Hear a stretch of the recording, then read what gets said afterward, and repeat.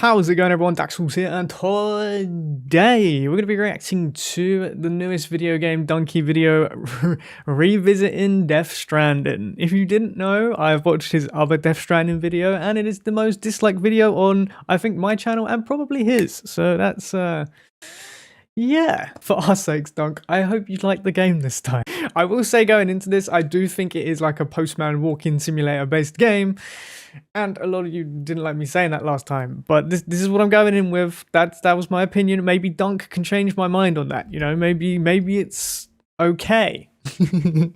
Oh, I'm gonna love the hate comments. Let's go. Let's get straight into it. And away we go. Right. I played through Death Stranding. Here we go. 2 more times. Maybe I've more. been trapped inside the house for too long. Maybe I'm starting to lose my mind, but something horrible happened when I was playing this game again. Oh no, what? Something that I never thought I would say. I actually was having fun while playing Death Stranding.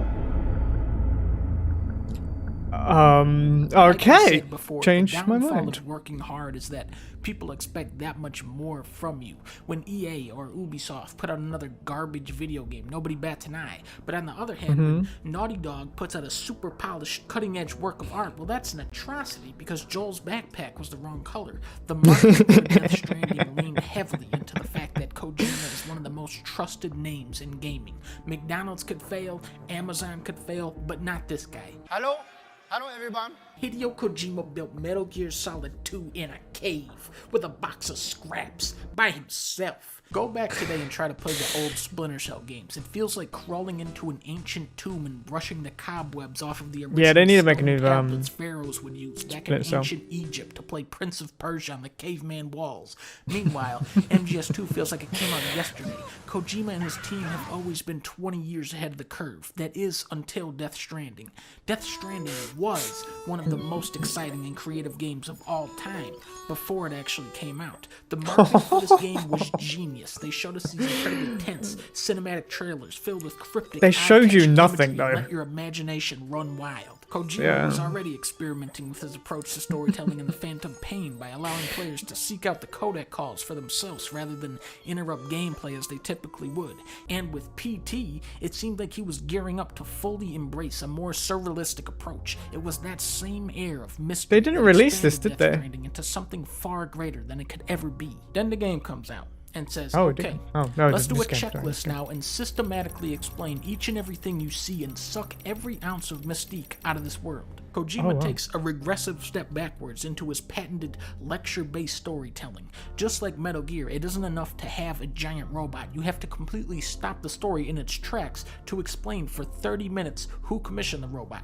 How does it function? What are the controls? What company provided the metal parts? How long did it take to build? What did it cost? Was Psycho Mantis involved? Psycho Mantis. Kojima loved using expository dialogue to simulate this sense of falling down a never-ending rabbit hole. That method of storytelling is a great fit for an espionage thriller where nothing is what it seems, but it doesn't really make sense in a story about a dude hooking people up to Wi-Fi. Real quick, let's recap the story of Death Stranding.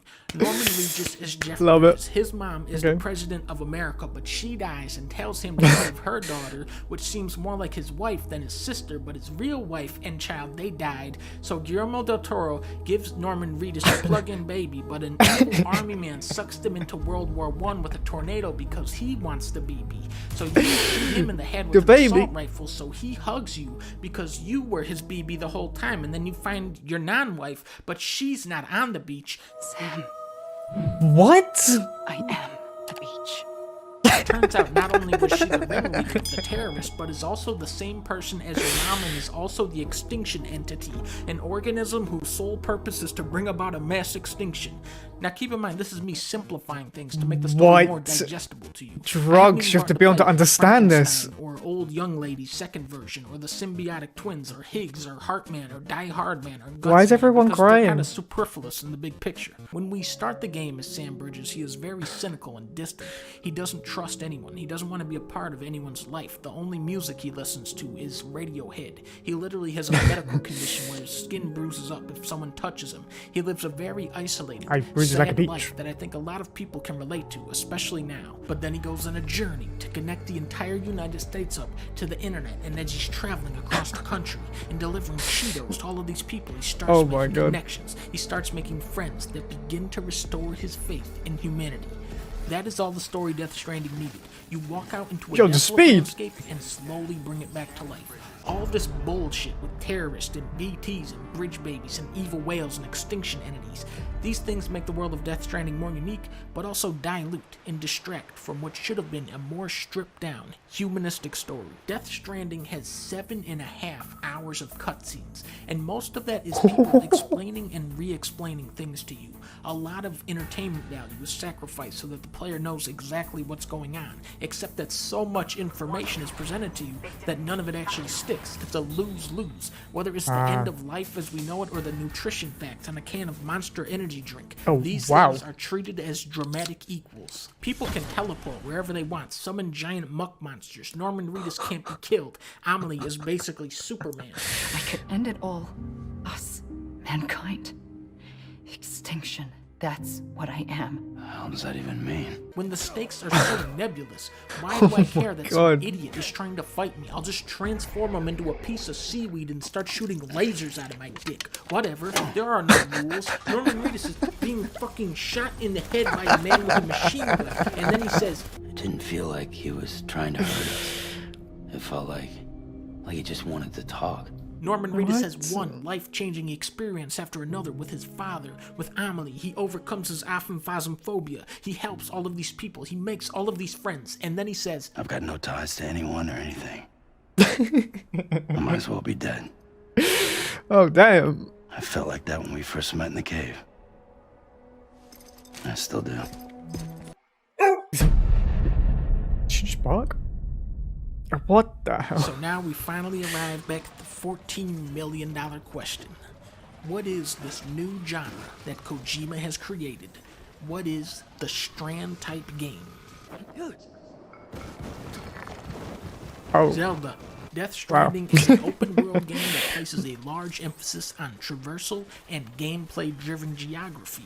Hills, rivers, cliffs, rocks, canyons, slopes, mountains, mud, grass, snow, roads, bridges, buildings. All of these elements collide and converge to create an open-world setting that is purposely designed around exploration, just like Zelda did 2 years earlier. The funny thing is, I remember comparing Breath of the Wild to Metal Gear 5 because of how dynamic the gameplay was and how it was so open to experimentation. The most creative thing I ever did in this game was drive a motorcycle over a ladder. Now let's try the same thing with Joker's truck. Oh, what? It doesn't work. Of course it doesn't, because you can't get that creative. Death Stranding has hundreds of gameplay mechanics. The problem is, none of them are especially fleshed out. To balance in Death Stranding, you hold the triggers down. That's it. That's how you balance. It's like an ever-present QTE sequence. You might think, no, Donkey, don't jump off a bridge while carrying 200 pounds of equipment, but nope. I'm fine. I was holding the triggers down. This game has the weirdest fucking rules. Sam will trip over a pebble, but can snowboard over 10 boulders in a row. BTs can hear you breathe, but they can't hear a gigantic truck. Vehicles will get stuck on nothing, but you can also drive off of a cliff without taking damage by landing on the nose. Look, even the packages are fine. The collision detection is all fucked up. Oh my. But vehicles are so efficient. I think he's telling me he likes it. On a weird spot for 2 minutes, it's still going to be faster to just jam it through than to get out and walk the delivery to a destination. Wow. Death Stranding hits its stride, and it's operating on that wavelength between relaxing and engaging. Sprinting through a patch of boulders, carving out a path through bumpy terrain, barreling downhill with a choo-choo train of packages trailing behind you, setting down a bridge of ladders to cross a strong current, the beautiful landscapes, the sound design, the soundtrack, All of these elements combine with detailed and varied geography to create an atmosphere that is enjoyable just to walk around in. It's fun to sprint downhill as fast as you can and really try to push your luck with the balance. Yeah, it looks good, but it's fun to swerve and avoid oncoming rocks, conquering what's the the harsh point? landscape and making it more hospitable for your fellow players. It's fun when out of nowhere, Norman Reedus goes, This bike is so cool. It should be on ride for Lord Reedus. I can't combat hear is him. mindless. Stealth. That's is a boss easy. There fight? are long Okay. stretches where it feels like you're being punished for playing, so it's only natural that I would enjoy this game. Because at the end of the day, I am a mule, and in the world of Death Stranding, a mule is a human who feels compelled to deliver packages even without knowing why. Understandable. That is exactly me. Here I am, playing this game for the third time, even though it fucking sucks ass. There it is. There it is. I'm sorry. It has a good, like, idea to the game, but yeah, it's not for me either. But damn, dude. Damn. Very good video. Very good video. I love it very much. Yeah, like he said, I think the cutscenes were far too long. The idea was literally just walk in with packages. It's literally like Amazon Prime Simulator. Yeah, I can understand why people do like it, and it has very die-hard fans, obviously, from the last video. I can understand, but yeah, it's just not a game for me, and obviously, Donkey's played it 3 times, and he says it's okay. It might be because it's a game that's one of its kind, like it's the only Strand-type game, so maybe that's why people like me might not be into it yet. Maybe I need a couple more Strand games to come out. Maybe in a few years, I'll be sitting there saying, I was wrong. But we will see until that happens. Okay, everyone, that is the end of the video. If you enjoyed that video, make sure to check out the original description down below. Enjoyed this video, hit the thumbs up. Comment what you'd like me to react to next. Subscribe if you're new, just haven't yet. I'll see you in the next video. Later.